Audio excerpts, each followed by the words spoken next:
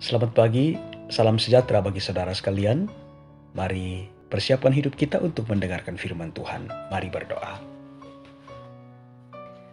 Ya Tuhan, biarlah dengan pertolongan Roh Kudus-Mu, kami semakin ditolong untuk semakin mencintai firman Tuhan.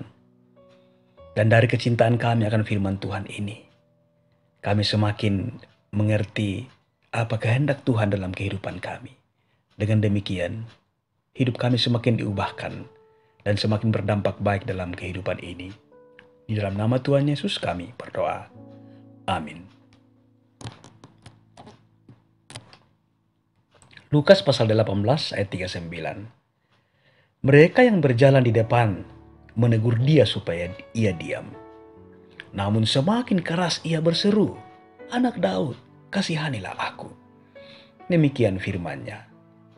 Saudaraku, renungan pagi edisi 23 Januari 2021 semakin keras berseru. Saudara-saudara, dalam banyak kisah kehidupan, untuk menggapai impian, terkadang kita bisa dilemahkan dengan pandangan-pandangan orang-orang di sekitar kita.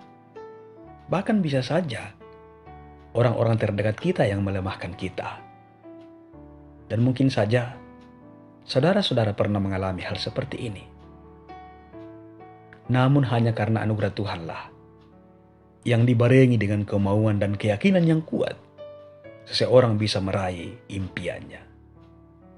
Jika kita tidak benar-benar yakin, halangan kecil pun bisa membuat kita undur. Namun jika kita sungguh yakin, maka kita akan tekun menjalaninya, sekalipun banyak orang berusaha untuk menghentikannya. Pada saat itulah pintu kesuksesan terbuka lebar. Saudaraku, saat Tuhan Yesus memasuki kota Yeriko, seorang pengemis buta berseru meminta perhatiannya, berseru memohon belas kasihnya di tengah-tengah keramaian. Orang banyak merasa terganggu, lalu menyuruhnya bungkam, ingin menghentikannya. Namun, ia justru berseru semakin keras. Alkitab memang tidak memberitahu secara gamblang bagaimana dia mengenal Tuhan Yesus. Orang-orang hanya memberitahunya bahwa Yesus, orang Nazaret, akan segera lewat. Namun ia mengenalinya sebagai anak Daud yang memiliki kuasa. Saudara-saudara, pengemis buta itu tahu apa yang sedang dilakukannya.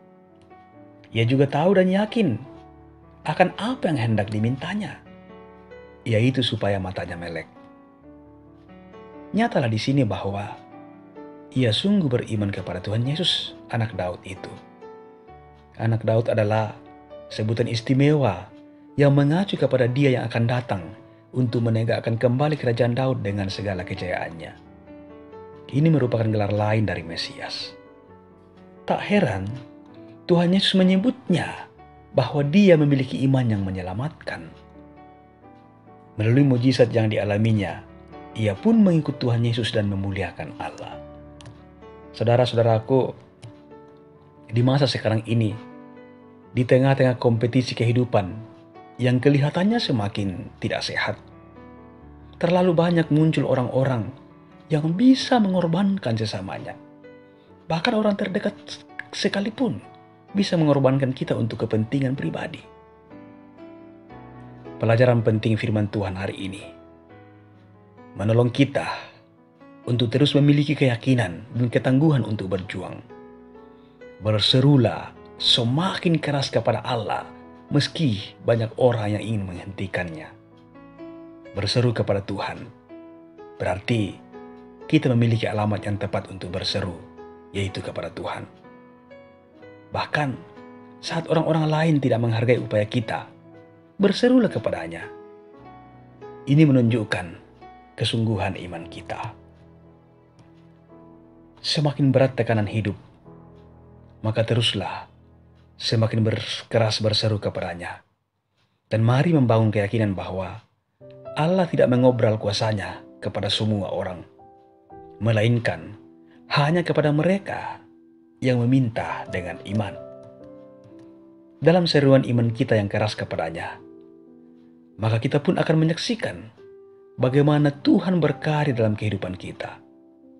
Tidak hanya impian kita bisa kita gapai dalam nama Tuhan, namun iman yang makin keras berseru kepada Tuhan adalah iman yang menyelamatkan.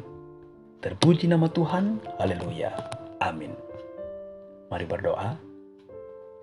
Terima kasih Tuhan untuk firman kehidupan yang Engkau layakkan kami alami pada pagi hari ini. Biarlah firman-Mu ini semakin menyadarkan kami bahwa dalam memperjuangkan harapan-harapan kami tidak gampang untuk kami raih.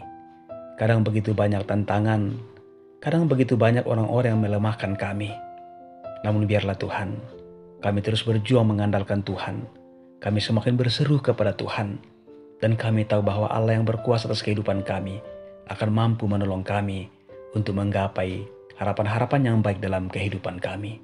Terima kasih Bapa di sorga untuk kasih-Mu yang sungguh-sungguh luar biasa dalam kehidupan kami. Di dalam nama Tuhan Yesus kami berdoa. Amin.